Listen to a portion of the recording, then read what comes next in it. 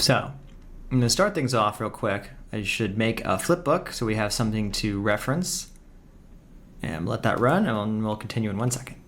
Okay, so we've got a nice looking ball of flame here. We can see the expansion. We can also see, it's got shape. It's got life to it because of our source already. Now, what's interesting is we've added into the sim pretty much everything we need to add in, which was just the divergence, the temperature, and the flame. The sim itself, though, can kind of continue to add things in itself based on where the fire is. Like we talked about, we're going to want density, for example. We're going to want smoke. But the smoke should only exist where there is flame burning it.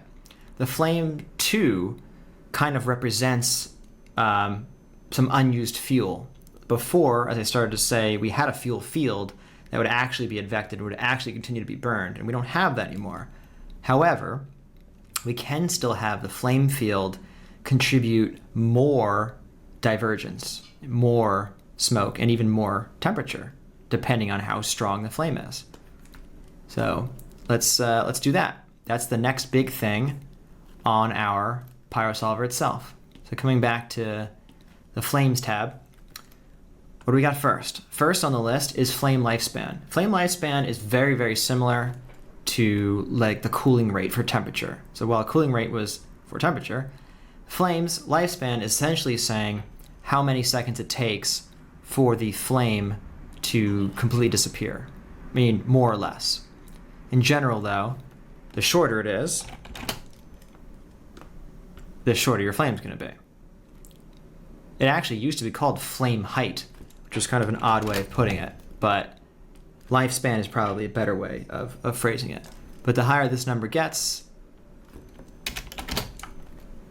the longer the flame just lasts, because it's just not deleting as much of the flame value. We'll keep it at 2 for now, but that's what it is. So we got smoke. Emit smoke. Let's definitely emit smoke. But if we're going to emit smoke, make a quick detour to the Shape tab and turn off dissipation. Because that, just like flame lifespan and just like temperature diffusion, or rather cooling rate, is going to delete smoke. So let's not delete any smoke yet. But let's emit it. And all of a sudden it looks very different. It looks so different because we have white smoke on top of this.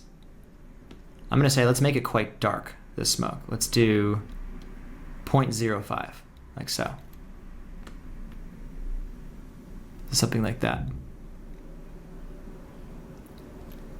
So now we're getting into a kind of phenomenon where we start with just flame and we end up with just smoke, because the flame will die out, but the smoke will remain. I wanted to add this time. We've talked about max, we've talked about pull. For smoke, I do want the smoke to accumulate. I want the smoke to get very dense. As you can see, it is doing that now. This is a gasoline explosion in this lesson. There's many kinds of explosions out there in the world. There's grenades that just pop, they explode, and that's that. There's gasoline, like I said, which is kind of the classic filmic explosion, which is the big rolling pyroclastic orange and yellow kind of thing. But now we're getting somewhere. In fact, we can play with the pyro post process too. I could say, give me more flame. This is the kind of thing that we're going to do a lot more later when we're shading. But you can really start to see, do 100.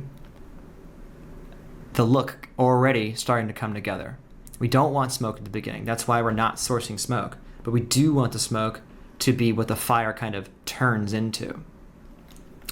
We can even play with like the range. I could say, you know what, basically when there's more than 0.5 flame, you're making smoke, which is the highest intensity flame, so it should be making smoke. As it dies down, it's making less and less smoke until it gets to 0.2, at which point it's like a very light flame. Much like how a candle doesn't really make that much smoke, a small flame shouldn't make that much smoke. But you could change it, to tweak it, because none of this are like really physical properties. I'm just arbitrarily saying I want it to continue to make smoke down to 0.1 for whatever reason. So these are the kinds of things that, again, you're going to be tweaking for a long time.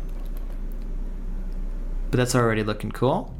I'm gonna make a quick flipbook for that. So this is what we have now.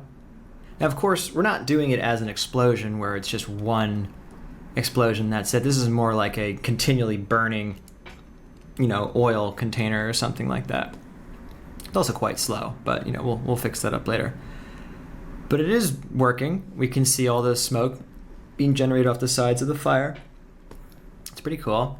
I would start to say now I can see that this is kind of low resolution, and this can look a little bit nicer if we turn on, now I'll go back to this, and turn off this limit resolution. Turning it off means it can use, as much of your graphics card RAM as it can.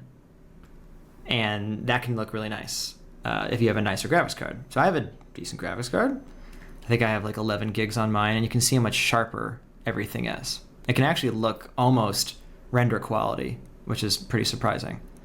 But that's where we're at with that. And you can see much more detail everywhere. Now this sim itself has so much resolution anyway.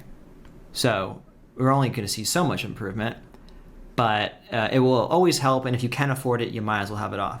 You can split the difference too. We can say limit it, but limit it to something higher. So 256 by 256 will still look pretty good.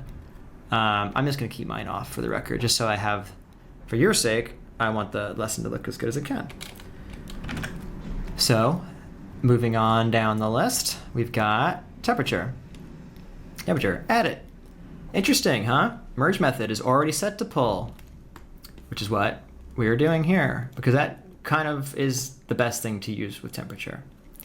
So, same thing, we can add some temperature in. I can say move towards it more quickly, and it's going to add it again where the flame is.